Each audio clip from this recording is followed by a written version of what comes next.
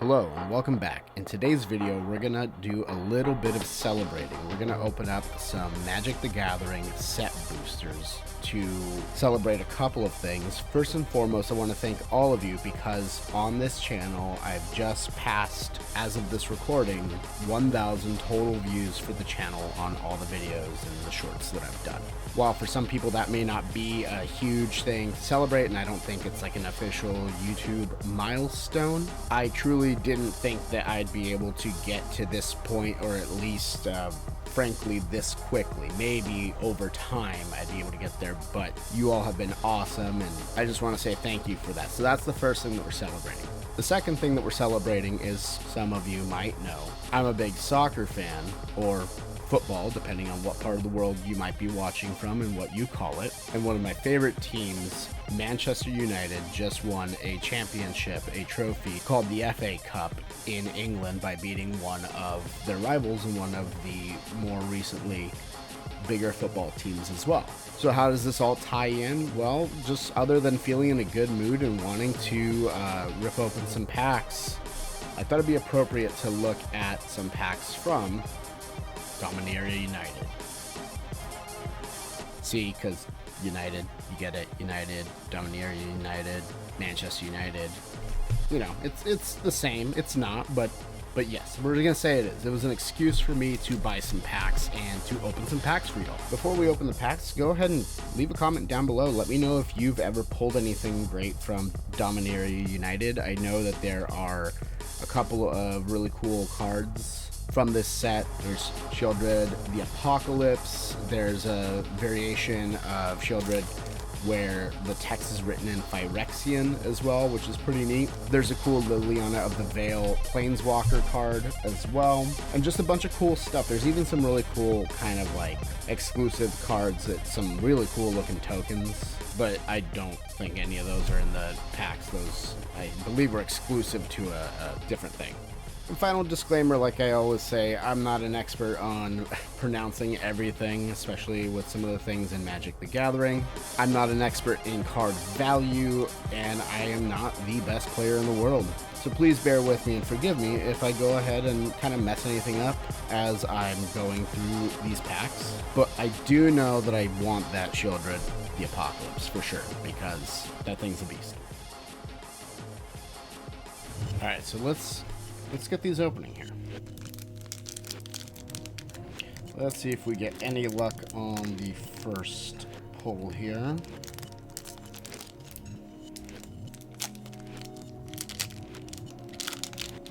Well, again, I'm not too sure with the whole booster trick as well, so we'll kind of see what we get revealed here. Okay, I just kind of took a little peek at the rarity symbols there, and I think I want to flip this, but I don't know if I've posted some of the other booster opening videos yet, because I filmed some and haven't gotten around to posting some of them because other things came up. But we've got this whole little Magic mini game. Well, I don't know why, but I'm a sucker for any of these types of like little extras that come in boosters, starter decks, all that stuff. Things like rule books, collector cards, where you can check off, you know, which cards you have, rule cards, things of that nature. Don't know why. I love them. I hang on to them. But we'll take a closer look at this a little bit later here. Let's see what we've got in the rest of the pack first, and then we'll come back around and take a closer look at the cards. We've got a Dominaria United Art Series card, Danitha Benalia's Hope. Pretty cool. We have our Forest, Shadow Prophecy, Sunbathing Rootwalla, Crystal Grotto, Volsci Tide Runner, Join Forces, Joint Exploration, Hero's Heirloom, Cult Conscript. Ooh, okay. This is a pretty cool looking one. Nodule the Storm Runner, Sulphurous Springs, Holographic Phyrexian Warhorse. Alright, before we move on to the other packs, let's take a closer look at these cards. So first, that Magic minigame, Telepathic Transmission, 2 to 4 players, 2 packs, 5 minutes. Objective: order your cards without communicating in this game that puts your telepathy at test. Get ready. Open 2 booster packs and remove all cards without magic backs. So this type of card would be removed, or like the art card that we saw. Shuffle the rest of the cards together and deal them out as evenly as possible to each player. One player then discards a land to begin the central discard pile. Alright, so the Let's Play section plays with lands, then other colorless cards, and then it looks like it's by color. So white/plains, blue/islands, black/swamp, red/mountain, and green/forest. Within each category, order cards by numerically ascending mana value. A card of the same color and cost can be played on another card of the same color and cost. A multicolored card counts as any one of its colors. There's no turn order. If someone has a card to play in the above sequence, they may play it at any time. If at any point a player notices the sequence has been broken by a card in their hand, they say restart and reveal the card that should have come next in the sequence. Restart the game by shuffling all cards together and dealing them out again. Use your knowledge of Magic and the cards revealed between restarts to successfully complete the sequence. To win, the game is over when all cards have been discarded in the correct order. Keep track of the number of restarts. 1 or fewer is a victory. Okay, and it's interesting. It's got a little 3 of 3, so that means there's probably some other little games out there. Pretty neat. I seriously had no idea that this something like this existed, so it's just kind of a different way to play depending on what you're able to do in terms of time commit and what you're in the mood for. So maybe if you're between commander matches or standard matches or something like that, you're all hanging out and you've got a couple extra booster packs, you guys can do that while there's bathroom breaks or someone's making a food run or something like that. So we've got that art card here, the art series card. This is Danitha Benalia's Hope by, and I'm going to try to pronounce this correctly, Magali Villeneuve. And this is 6 of 81. So we got quite a few, and just look at that art there. Beautiful. We've got a couple of, or 3, it looks like there's someone here in the background. Strong warriors, some doves flying overhead, and we've got a city there in the background. This is pretty awesome. I don't think I actually have any art cards because, again, I'm so infrequent with opening boosters previously. So I'm pretty excited to have something like this. We've got our forest. It's a forest. It looks like this. Pretty fun, especially if you play green. So here we've got Shadow Prophecy. This costs 2 generic and 1 black mana. This is an instant, it's common, and it has domain. Look at the top X cards of your library, where X is the number of basic land types among lands you control. Put up to 2 of them into your hand, and the rest into your graveyard. You lose 2 life. We've got a little bit of flavor text here. Lord Windgrace, grant me wisdom. Here we've got a Sunbathing Rootwalla. This is 1 generic mana and 1 green mana. It's a creature, lizard. It's common with domain. Cost of 3 generic and 1 green. Until end of turn, Sunbathing Rootwalla gets +1/+1 for each basic land type among lands you control. Activate only once each turn. And the flavor text reads, a Rootwalla's prey includes anything or anyone that wanders into view. Sunbathing Rootwalla is a 2/2 creature.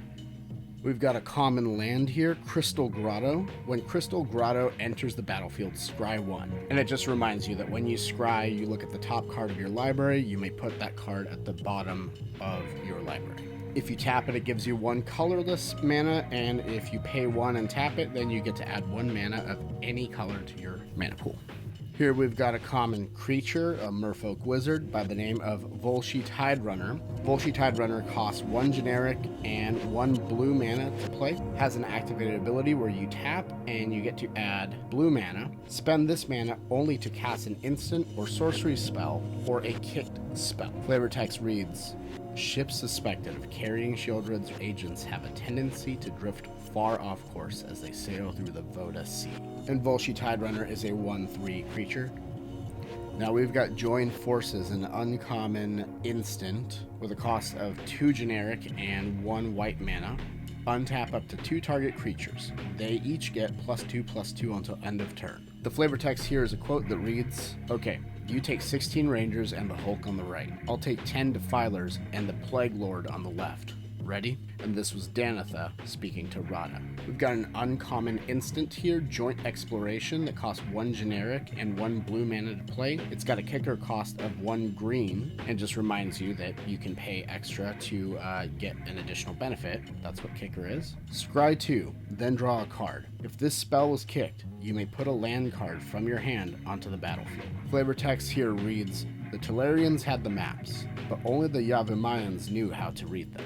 Now we've got an uncommon artifact equipment, Hero's Heirloom. This is at 2 generic costs. Equipped creature gets +2/+1. As long as equipped creature is legendary, it has trample and haste. It's got an equip cost of 2, and the flavor text reads, a blade is just a tool.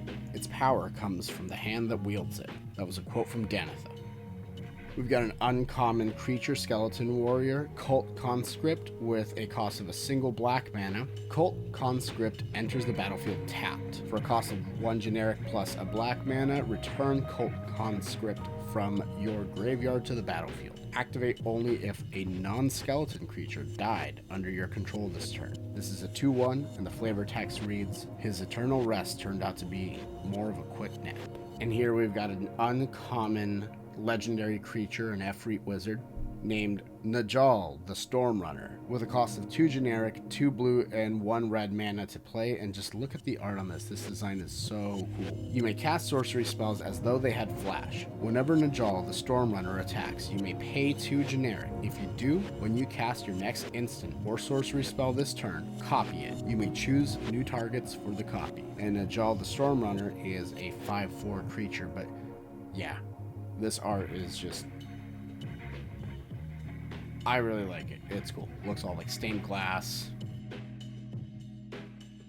And our rare land here, Sulphurous Springs. This is going to let you tap for a colorless mana, or you can tap and add either a black or red mana, but the trade-off is it'll deal 1 damage to you. Flavor text here reads, everything is flammable in the Burning Isles, even the mana itself. And finally, even though it's just a common creature, Phyrexian Horse here, we have Phyrexian Warhorse. This one is our foil card. It costs 3 generic and 1 black to play. It's got a kicker cost of 1 white. When Phyrexian Warhorse enters the battlefield, if it was kicked, create a 1/1 white soldier creature token. For a cost of 1, sacrifice another creature. Phyrexian Warhorse gets +2/+1 until end of turn. And Phyrexian Warhorse is a 3/3.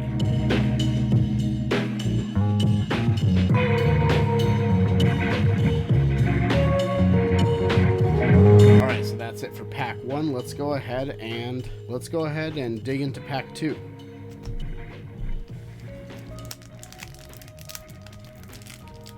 Alright, let's see if pack 2 has anything for us.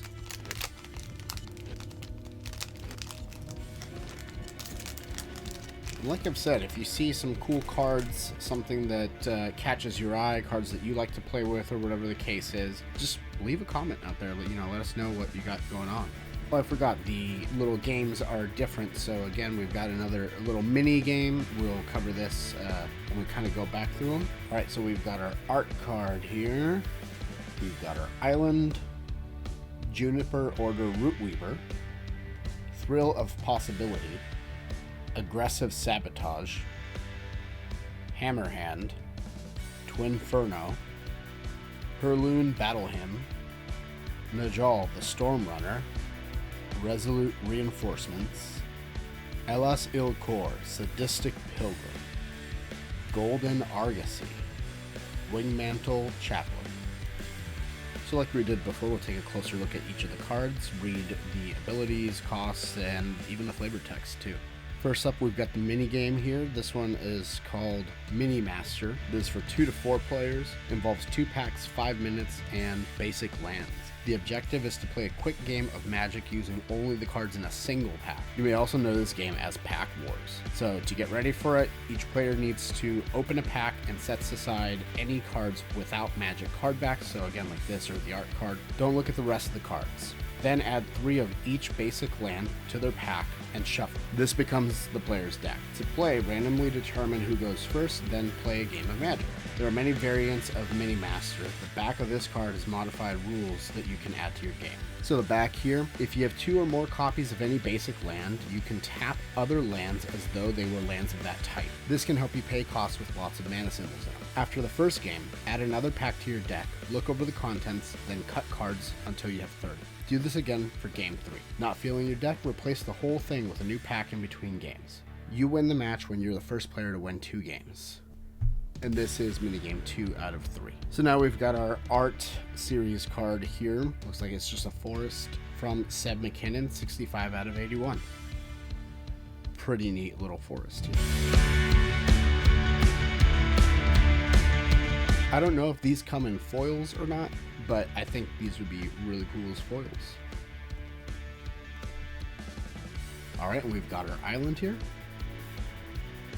We've got a common creature here, a human druid by the name of Juniper Order Rootweaver, cost of 1 generic and 1 white mana, kicker cost of 1 green. When Juniper Order Rootweaver enters the battlefield, if it was kicked, put a +1/+1 counter on target creature you control. The flavor text reads, "What Phyrexia takes, the grace of Freyalise shall replenish."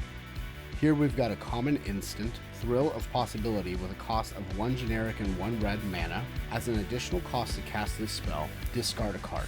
Draw 2 cards. Flavor text reads, "The most delicious ingredients are often the most dangerous to obtain."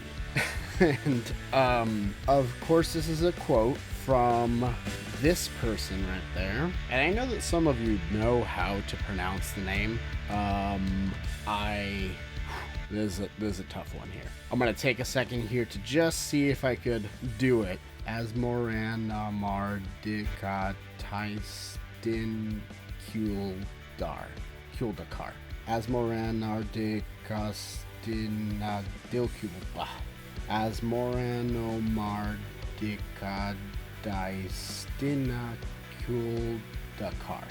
Butchered it, but I think that's fitting since it comes from the Underworld Cookbook and we're talking about ingredients here, so maybe I'm not cooking, maybe I'm a butcher.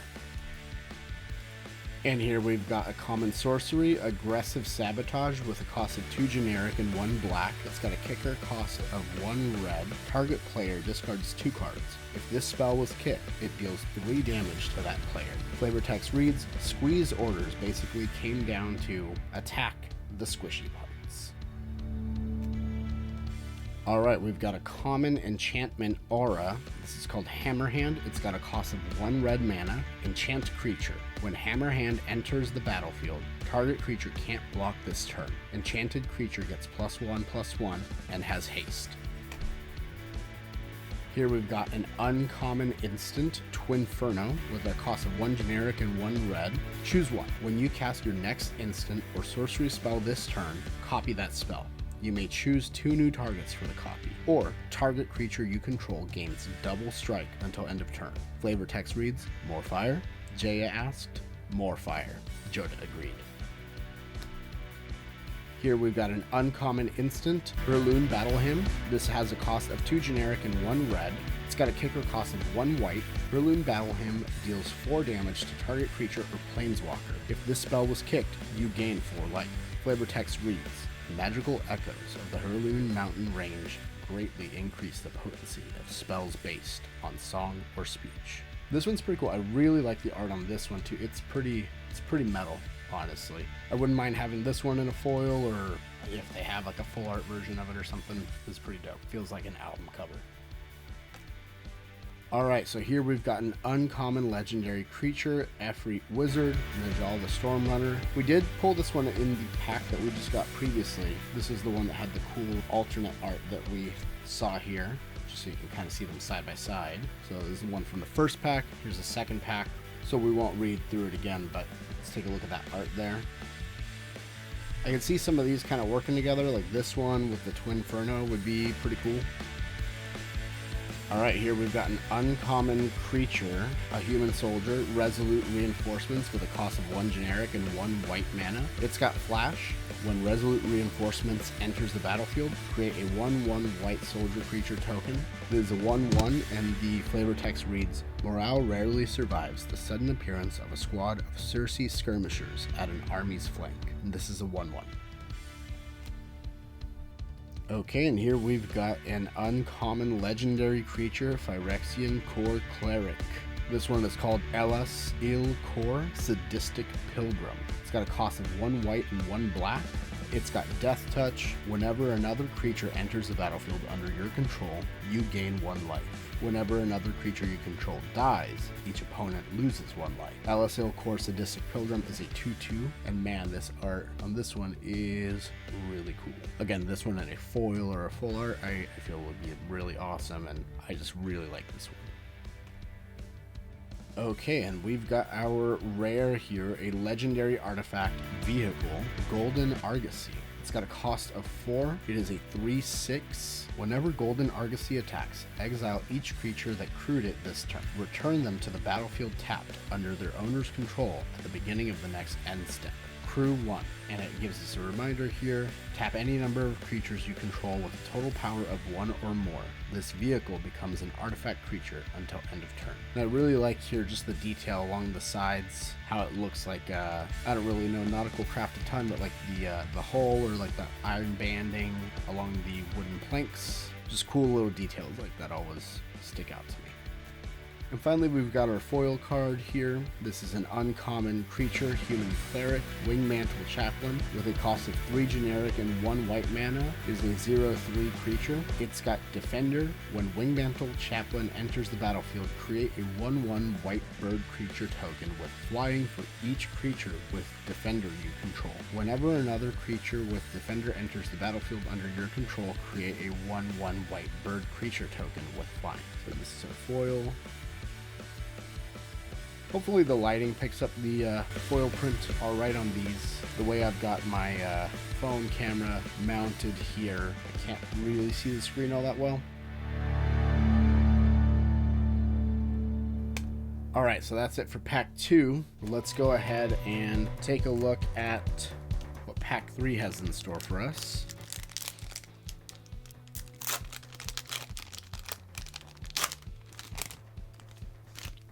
Right out the gate here, we've got a Goblin token creature. The flip side doesn't really have anything. So we still haven't completed our set of the mini games. By the way, if you've played any of these mini games or something like that, leave a comment. Let me know how you found it. If you found it fun, entertaining, or anything like that. Interested to kind of see how that goes. So we've got our art series card here. Joda the Unifier. Whoa, look at that. That's dope. Stained glass style art here. Ooh, nice. And we've got this stained glass looking forest, a basic land here. Phyrexian Vivisector. Essence Scatter. Charismatic Vanguard. Contaminated Aquifer. Mossbeard Ancient. Another Cult Conscript. Aaron Benelia's Ruin. Phyrexian Missionary. Rulik Mons, Warren Chief, Rundvelt Horde Master, and another Contaminated Aquifer, this time a foil, and then we've got the token. Alright, let's go back and take a closer look at these then. So we've got that common token creature, the Goblin. It's just a 1/1, but it's pretty cool art here in general. I like it. Always helpful to have more goblins laying around, you know, they're just pretty good at throwing at stuff. Now we've got that art series card here. This is Joda the Unifier by Barbara Rosiak. Again, apologies for any mispronunciations here. This is 49 out of 81, and this thing is beautiful. I think it's just the art from the Jonah the Unifier actual card, but very cool. Hey, and I guess like depending on how you play with your friends or whoever it is that you play with, if you do proxies and you need a Jonah the Unifier, maybe this can count. I don't know. That's kind of up to you guys. But beautiful art here. Again, this as a foil or something would be, I think, amazing. These are cool. I'm really glad we've got these art series cards. Alright, and here we've got that beautiful stained glass looking forest here. It's just a basic land, it's just a common, but wow, look at it. And yeah, again, you know me, I'm gonna say if this were a foil or something like that, that would be even better, but I mean, I just think it's beautiful.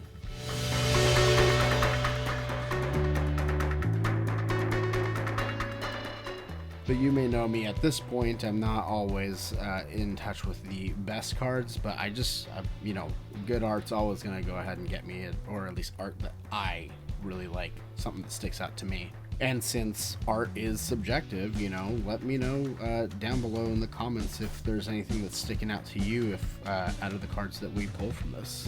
Okay, and here we've got a common creature, a Phyrexian human, a 2/2 by the name of Phyrexian Vivisector, cost of 1 generic and 1 black mana. Whenever a creature you control dies, scry 1. Flavor text reads, before he was the father of machines, Yawgmoth was a twisted Thran physician, and his legacy of medical atrocities lives on in New Phyrexia. Here we've got a common instant, Essence Scatter. This is a 1 generic and 1 blue cost, counter target creature spell. Flavor text reads, Phyrexians pollute everything they touch, so the solution is simple. Don't let them touch anything. Teferi.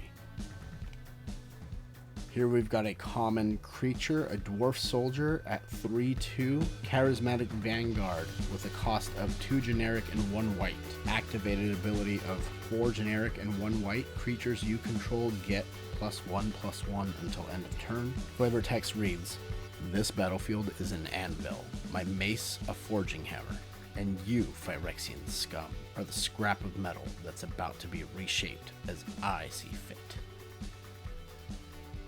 Here we've got a common land, Contaminated Aquifer. Tap to add either a blue or black mana. Contaminated Aquifer enters the battlefield tapped. Flavor text reads, the caves stretch farther than anyone knows, and the terrible legacy of Yawgmoth lurks in every shadow. Here we've got an uncommon creature, a tree folk, weighing in at a nice healthy 7/7. Mossbeard Ancient, cost of 5 generic and 2 green. It's got trample. When Mossbeard Ancient enters the battlefield, you gain 5 life. Flavor text reads, older than the mountains, the dragons, and the wars of humans and machines. Here we've got another occult conscript, which we pulled in the first pack, so we won't go over this again. We've got an uncommon legendary creature, Phyrexian human, Aaron Benalia's Ruin, or Aaron Benalia's Ruin. I'm not sure on the pronunciation there of that. He's checking in at a 3/3 with a cost of 2 white and 1 black to play. They've got Menace, which as a reminder means the creature can't be blocked except by 2 or more creatures. Activated ability with cost of 1 white and 1 black, as well as tapping the creature themselves. Sacrifice another creature. Put a +1/+1 counter on each creature you control. Flavor text reads, he may look like my father, but the man I knew and loved is gone. And that's a quote from Danitha. Here we've got an uncommon creature, Phyrexian human cleric, Phyrexian missionary, with a cost of 1 generic and 1 white. They are a 2/3 creature with a kicker cost of 1 generic and 1 black. Phyrexian missionary has lifelink, and when Phyrexian missionary enters the battlefield, if it was kicked, return target creature from your graveyard to your hand. And here we've got an uncommon legendary creature, a goblin by the name of Rulik Mons, Warren Chief. Cost of 1 generic, 1 red, and 2 green mana to play, and they are a 3/3 creature. They've got Menace. Whenever Rulik Mons, Warren Chief attacks, look at the top card of your library. If it's a land card, you may put it onto the battlefield tapped. If you didn't put a card onto the battlefield this way, create a 1/1 red goblin creature token. So hey, we've got a use for our little goblin token that we got at the beginning there. And again, I really like this stained glass style of art, so just getting a closer look at that, I think this is just very cool to look at. Alright, now we've got our rare creature, a Goblin Warrior. This is Runevelt Hordemaster with a cost of 1 generic and 1 red. They're a 1/1 creature. Other goblins you control get +1/+1. Whenever Runevelt Hordemaster or another goblin you control dies, exile the top card of your library. If it's a goblin creature card, you may cast that card until the end of your next turn. A closer look at the art here, because why not give the Horde Master a little extra screen time? Very cool art. I like this. Lots of goblins in this pack. And then finally, our common land, the Island Swamp combo, Contaminated Aquifer. So we got 2 of these in this pack. But pretty cool in the foil print.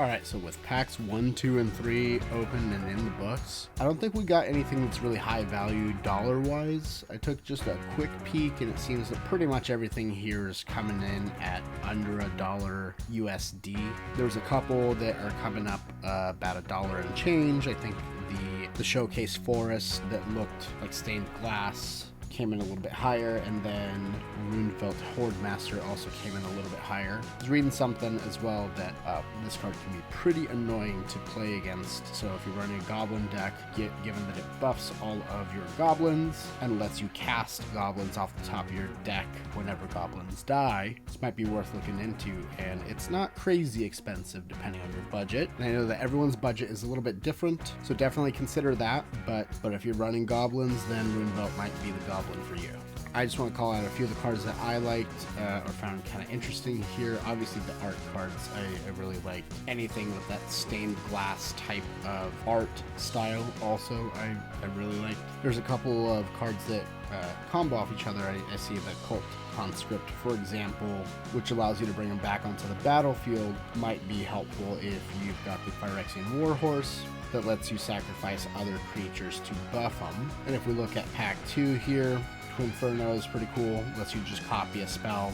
Or if you're running more creatures, then you can go ahead and give them double strike until end of turn. Hammerhand's nice to get a heavy hitter that you just put out there to start hitting quickly. And again, if you pair that with a Twinferno, you can have them hit twice. I really like the art on the Herloon Battle Hymn as well, and I do dig it in terms of what it does. I love the art on the Ellis Ilkor Sadistic Pilgrim, and I actually have been wanting this card for a while, not specifically this printing of it, but I do know that I was looking for it and I couldn't find it as just a single card, so I'm really happy to have pulled this one. This one's going to go into my deck that I play most often. I haven't played much with the vehicles, so I'm interested in exploring that a little bit. And then from pack 3, of course, we've got a lot of goblins, that beautiful Showcase land. Phyrexian Missionary, I've got some of those in a deck that I play. That's the deck that I play the most, and I really like it because with that kicker cost, you can just start bringing things back from the graveyard. So pair that up with a Cult Conscript, for example. That'll let you bring it back even if you don't meet the condition of a non-skeleton creature having died under your control this turn. And you could pair that up with, again, I'm not sure if it's Aaron or Aaron, Benalia's Ruin here, which has you sacrifice another creature to buff all the creatures that you control. So I really like Phyrexian Missionary. Really good for decks that have you sacrificing. So yeah, I think I'll take a quick look and total up the values of each pack here and throw them on the screen here, just so you can get an idea. But the cool thing is, when it comes to relative comparison of, you know, the costs, the prices of Magic the Gathering cards, you know, singles in particular, these cards here are nowhere near, you know, the top or the most valuable ones in terms of dollars. So if you see something that benefits you, I'm kind of the mindset that there's not really, like, I'm sure out of the entire library of all the Magic cards that exist, and, you know, obviously if you look at banned cards, there's going to be ones that we probably don't want to play with, but in general, there's not, I think, a lot of really bad cards. I think most of the cards are going to be situational. Like most things, I think a card's worth in terms of its usability and its desirability comes down to who's playing it, in what type of deck, and also what the situation is. I found myself in situations where I had some little, you know, 1/1 creatures out there that weren't doing much for me, and then the right card gets drawn where all of a sudden that benefits me. I've also had highly desirable cards, powerful cards, for me at least, that weren't really panning out. And when you take into consideration budgets and building decks and all that stuff, I think there's something for everyone. You just have to see what works best for you. And if you're not playing and you're just collecting as well, I think there's some really cool art on display here at a lower entry point compared to a lot of the other cards that exist out there. So if you see something that stood out to you, yeah, let me know in the comments. Which cards do you like playing with? Which cards do you really dislike playing against? Is there any card here that has caused you any headaches? Is there a particular card art that you liked best? That's it. That's all I've got for you today. Thank you guys again so much for helping support me as I'm getting started and as we're growing here. Again, a personal milestone, 1,000 views for the channel as a whole, to me means a lot.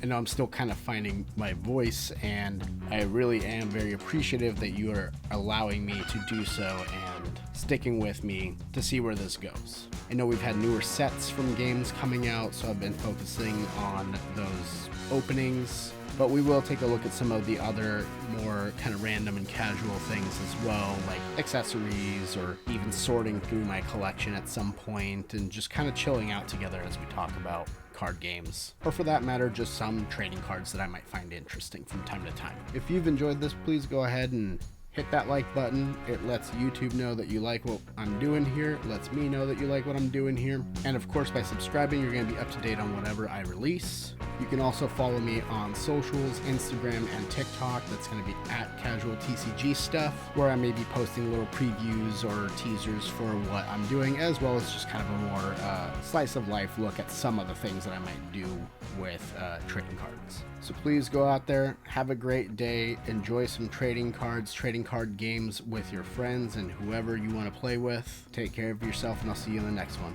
See ya.